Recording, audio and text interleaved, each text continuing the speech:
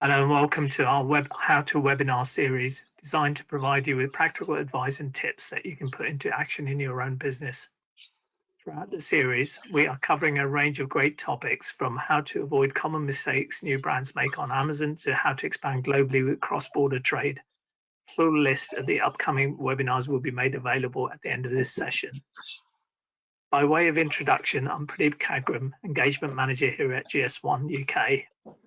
Amazon pay-per-click campaigns are perfect for all Amazon sellers. They give you the opportunity to position yourself in the search and maximize your sales. Just don't take our word for it. Today we're joined by Prabhat Shah, founder of Online Seller UK, who demonstrates that within a few hours of the product launch on the 4th of April 2020, the supporting PPC advert generated 140 orders out of a total of 232 orders on the same day. That is more than 60% of the total orders for this product. To help you build your own successful PPC campaigns, Prabhat will share his top 10 tips. A little bit of housekeeping before we get started. The more formal aspect of this webinar will last around 30 minutes, followed by a dedicated Q&A session. We welcome interaction during the session, so if you do have a question, please use the chat function and we will share your questions with Prabhat. This session is being recorded and will be available on our website within the next few days. Please also be aware that your microphones will be muted throughout the webinar to avoid background noise. Enough from me now, and over to Prabhat. Hi, morning everyone. So thanks Pradeep for a really good introduction, and I'd like to take this opportunity to thank you all the team at GS1 UK for making this possible today. And today we are going to talk about some of the best practices for Amazon advertising campaigns. And so I'll share you top 10 tips, starting with creating a better campaign structure. So the structure of the campaign, it's something that you'd want to decide well before you start the campaigns, because it allows you to manage your ad groups, the campaigns, the keywords in a better way. And in the same way, it allows you to gain customer insights, as in what keywords they type in against what particular campaigns or groups, and you can analyze it better. So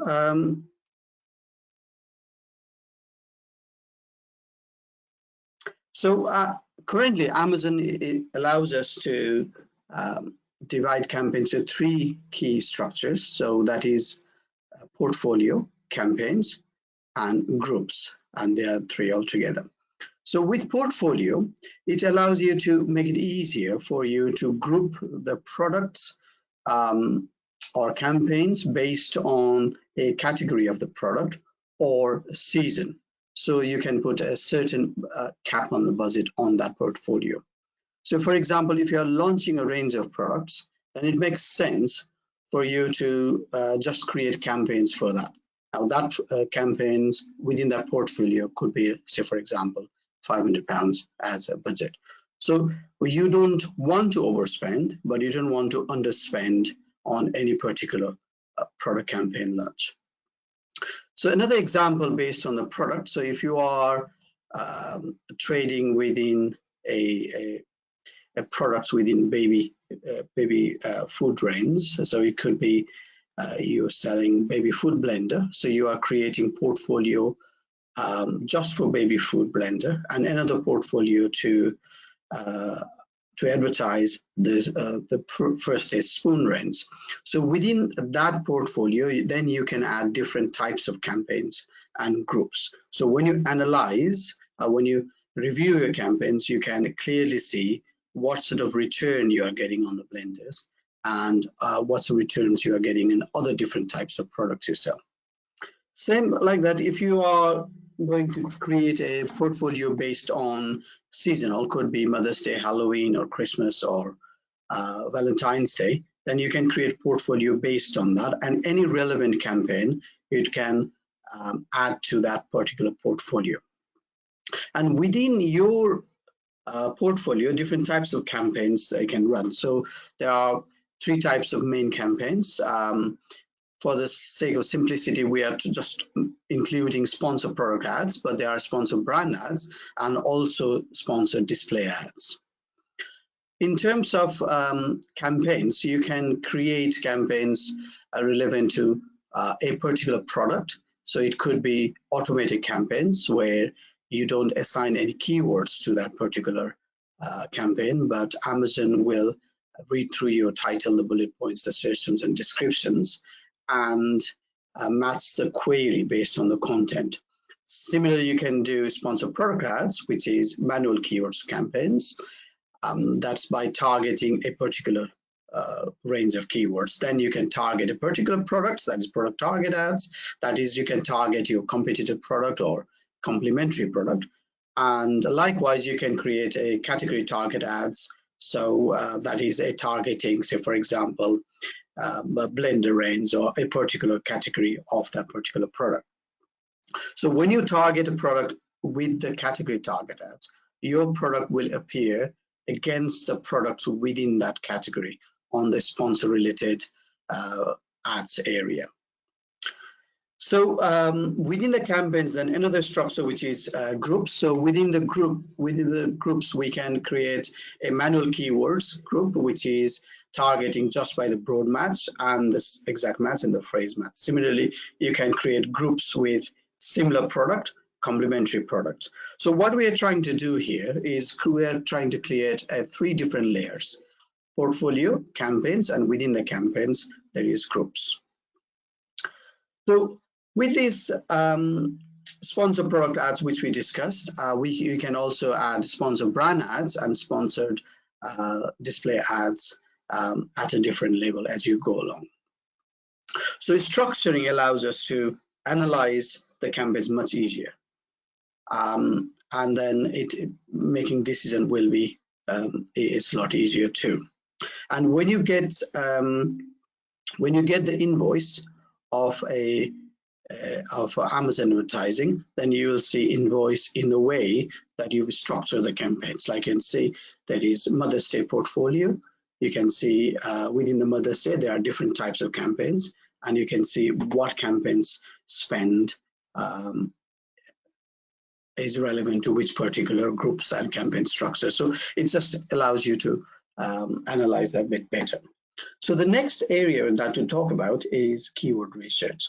So Amazon keyword research tools allows us to find out what keywords are popular within the relevancy of what query we put in.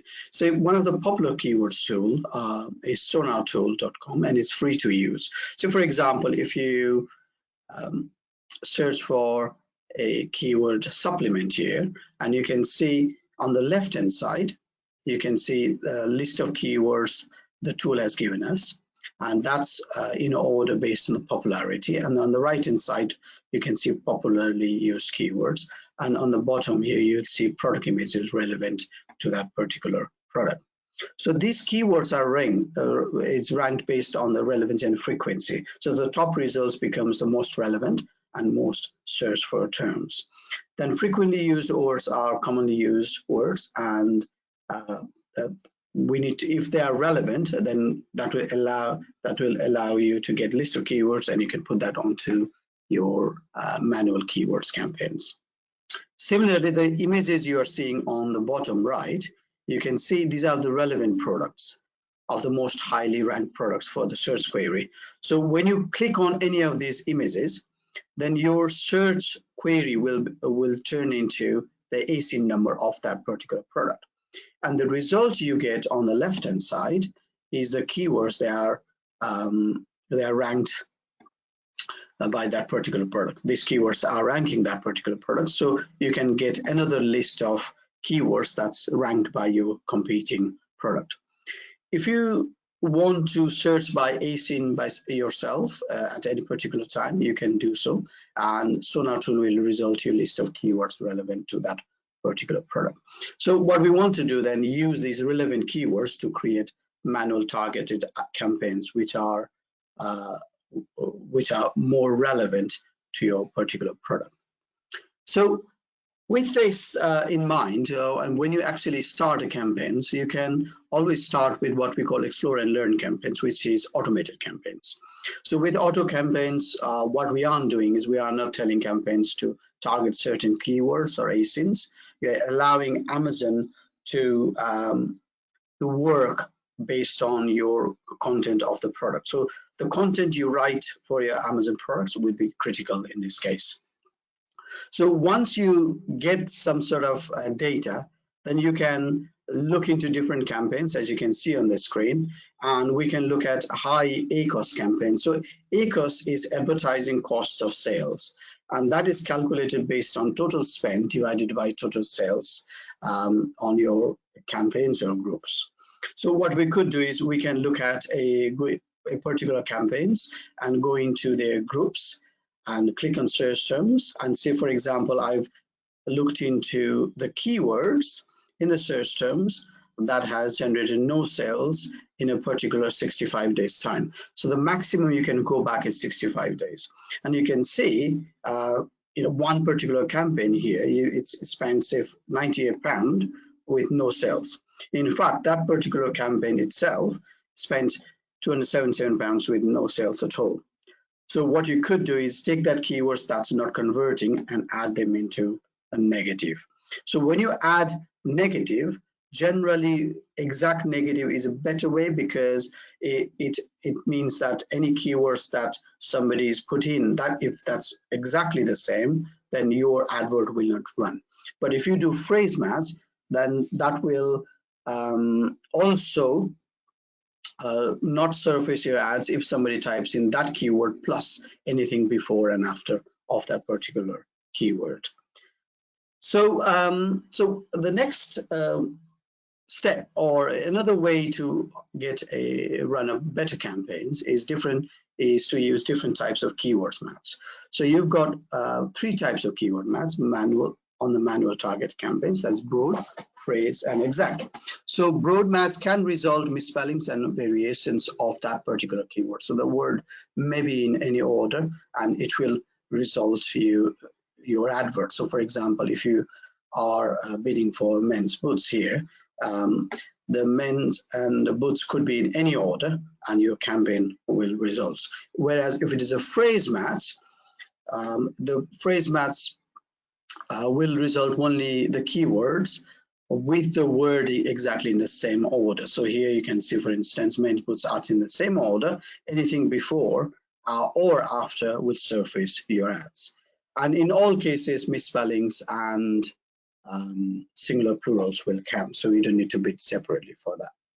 So with the exact match, the wording has to be in the same order and exactly the same.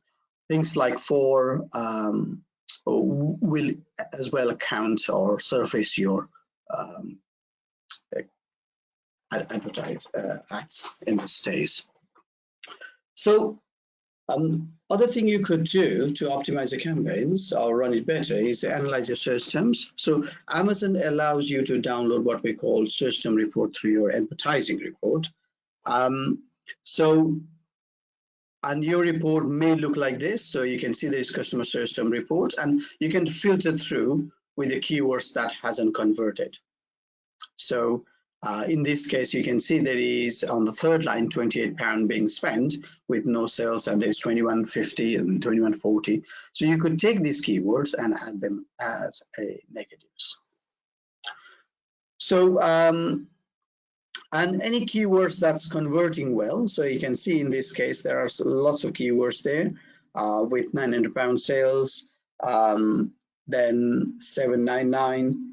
Then you can see £699. So, and they are all with a better ACoS. So you spend about 1% in lots of keywords here. So you could add that as a manually targeted campaigns. Then I think another thing you could do is to create a focused campaign. So this is something I'm experimenting myself at the moment with some of the clients I'm working with, and the result is good, because what we're trying to do is, if there are top 10 or top 15 bestsellers, then why not to advertise them aggressively, as in where the bids may be a lot higher than what usually be in other other products. So, call it a top sellers campaigns, and it has resulted a good amount of sales. So as you can see here, these are the top sellers campaigns I created separately, and the result seems to be good in terms of raising the volume of sales. And Amazon has also started doing what we call bidding strategies, and it's not very new, but it's not very old either. Okay, so these bidding strategies allows you to compete against your other ads, and the likelihood that you will win the sale if your bid is if your bidding strategy is in a way that is higher than the others. So if there is a down only strategy where Amazon reduces your bid automatically if it's less likely to convert. Then there is bid up and down. That means your bid could go up to £2 if you are bidding for £1 on a particular keyword. If Amazon sees there is a likelihood of sales, and fixed, it's exactly the same. But you'd want to think, shall we trust Amazon on this? Okay, and rather than not being sure, it's good to trial it. Okay, in this case, what I've done in this particular campaigns, I've duplicated exactly the same campaign, and I've started with up and down, as you can see here, and I've started with fixed price, as you can see here. So with this, you can see up and down has generated a certain volume of sales, and its ACOS is slightly higher than your ACOS for fixed price one. So you could experiment this and see which one works for you based on the return you get, return as in the volume of sales you get, and also advertising cost of sales. The next thing you could do is leverage the product and category targeting. So product targeting allows you to target any other products on Amazon, and your product will appear on their product detail pages. So so here in this instance, you can see product target ads. It's within the particular campaign, and this is related to the same product, allowed us to generate 30% of the additional sales. So it's whereas before we had only automated and manual campaigns going. So you may get the sales which otherwise you may not have got. So that is a opportunity gain here you have in terms of product and category targeting adverts. So I believe this is the last slides.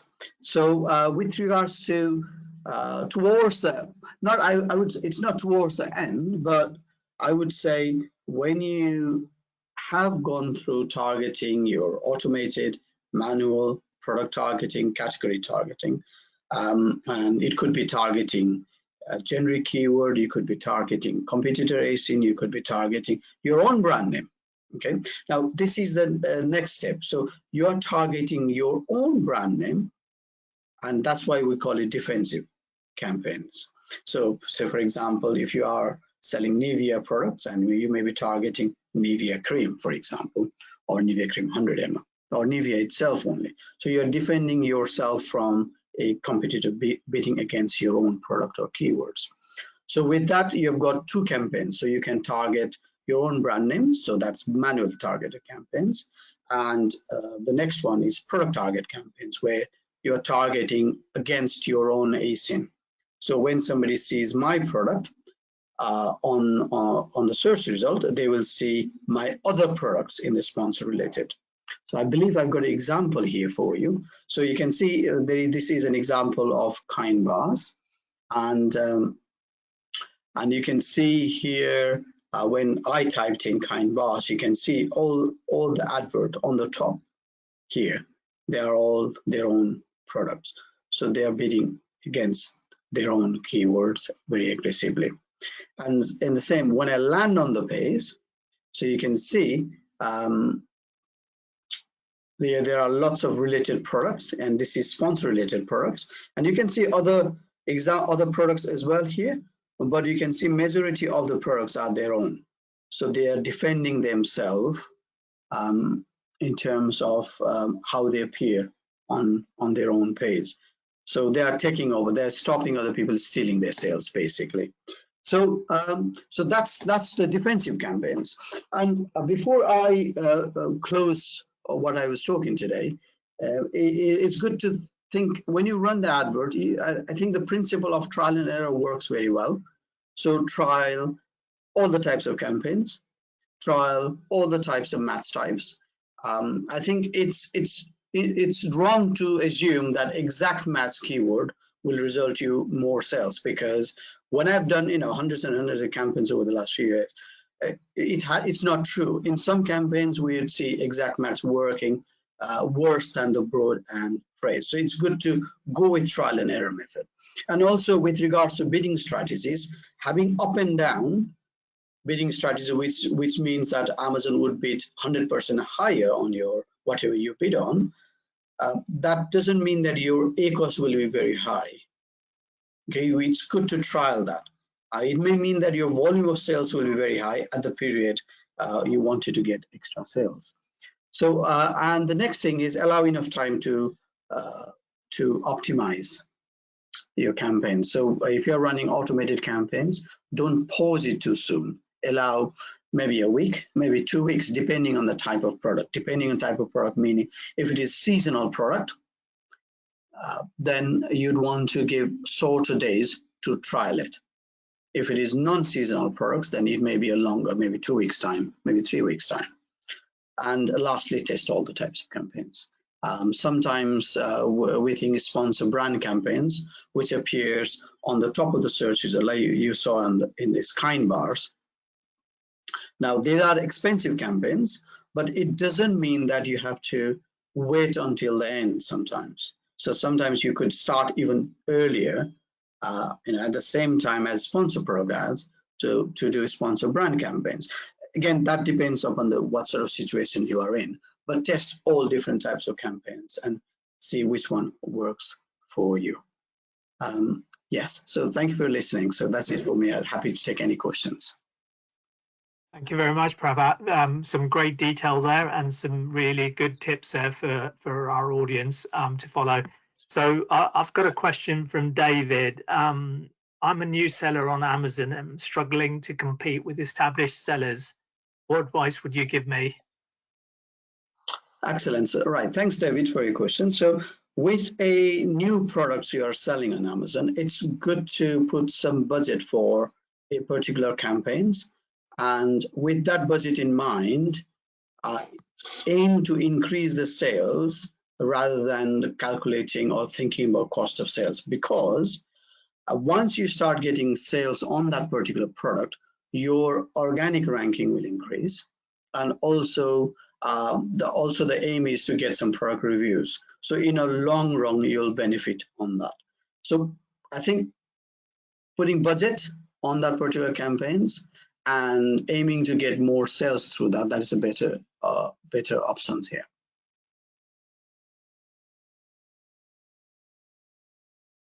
Okay, thank you. The next question I've got is from Claire. What strategy should I use for a product that has many variations? Excellent. So, say for example, I've worked with products selling lots of shoes and lots of different types of clothing. So there are variations of colors and sizes, and it could be sometimes 60 variations on a particular product. And what I've found, adding all the variation in a particular group does not allow, say, Amazon campaign to give equal opportunity for all the variations. So what I did in that case, I've divided different groups. So within a particular, say, for example, Timberland Timberland shoes, I divided that groups into different size and also different color. So I've kept a couple of products, 4 to 5 products. It's not a rule of thumb, okay? That's what I found, that having 4 to 5 products in that particular groups allowed Amazon to surface ads for that particular product. Thank you. The next question from Taya is, what is a reasonable size budget to start a campaign to figure out some more negative keywords? Excellent. So my regular method is putting a £5 a day on a particular campaigns. Now that depends. If they've got hundreds and hundreds of products in that particular campaign, it's not enough, right? So if the campaign has say 2, 3 products or 5 products or 10 products, if you assign £5 a day and allow it to run for a week or 2 weeks period, that should give you enough data for you to analyze. Okay, question from Chris. What are your thoughts on the ROI of sponsored product campaigns versus sponsored brands campaigns? Excellent. So good question, Chris. With regards to ROI, I have seen a lesser ROI on sponsored brand campaigns in some cases. And whereas in other cases, I have seen a better ROI in sponsored brand campaigns. It may be the case, I couldn't tell you why because I've not analyzed the data. It may be the case that Amazon is displaying your sponsored brand ads more compared to your sponsored product ads. And in terms of that, it doesn't always mean you will be paying a lot more on sponsored brand ads, but in this case, what has happened is we got more sales through the sponsored brand ads, which is why I mentioned earlier that leaving sponsored brands towards the end may mean that you will lose some opportunity. So it's good to trial it a bit ahead. Okay, a question from Jay. If I'm planning campaigns for a manufacturer, for example, Nivea, who's selling through Amazon, but also competing against very active distributors who also sell the same product, for example, Boots or somebody else, what would the best approach be? Not wanting to just drive up bidding for everyone or to everyone. Very interesting question. I think what we're trying to do with advertising is we are trying to surface as much as possible. And since there is 2 different accounts or 3 different accounts is involved, you would obviously raise the bids for everybody else. So I think we'd have to look into in a way that what sort of return you are getting on that particular campaigns when you test it. And sometimes if you're not getting a better return, that product may not be something that you'd want to advertise. But without advertising, you are not surfacing your advert against anybody else. So I think it's a matter of looking into what sort of return you are getting. And if you're not getting good return because there's somebody else or because it's very highly competitive, you'd draw back and try another type of advert. Like for example, what I have found is when keyword targeted adverts is very expensive in some cases. In that case, I rather than doing keyword targeted advert, I do product targeting. And I've tested that in Germany and it worked quite well, where I only did rather than doing keyword targeting, I only did product targeting and category targeting. So that was a cheaper traffic and the sales was, or return on investment was higher. Okay, great. Prabhat, can you just remind Manvir of the keyword research tool, please? Sure, it's hi Manvir, it's a Sonar tool. So if you Google Sonar tool, you will see that. If you type in just Sonar, it won't work. So Sonar tool is the best way to do search. Okay, and also please remember that the handout is available for you to download as well. So that had those details on there. Yes, question from Duncan. Hi, there's plenty of evidence that the cost of online advertising has come down in the past 6 weeks as larger advertisers have cut back on their campaigns. What is your view on the current landscape for advertising and increased visibility as a result? Yes, so yeah, good question. Hopefully this situation will not last too long. What we have done as a company, we have not reduced the spend, but we have certainly seen the lesser cost per click, for example. So we've looked into different campaigns and looked into where we are appearing against, and our bidding has bids for that particular campaign has gone down, which also means if we don't surface our adverts, it is going to hurt in a longer term. Because say, for example, if you're making enough sales, enough is very subjective, so it may be different to different company. So if you're making good enough sales, appearing in maybe bottom of the first page or maybe second page, for instance, if you are stopping the advert because you're getting sales, and if you're not appearing in the first page, somebody else may be appearing there, so you lose out on the sales, which also means your chance of increasing the ranking with the sale of product is diminished. So in a longer run, it will hurt you. So I think, given the situation, your bids may come down, but I think it's important that we continue. It's not something I'm saying because I work with Amazon advertising. It's something that I'm suggesting as a retailer.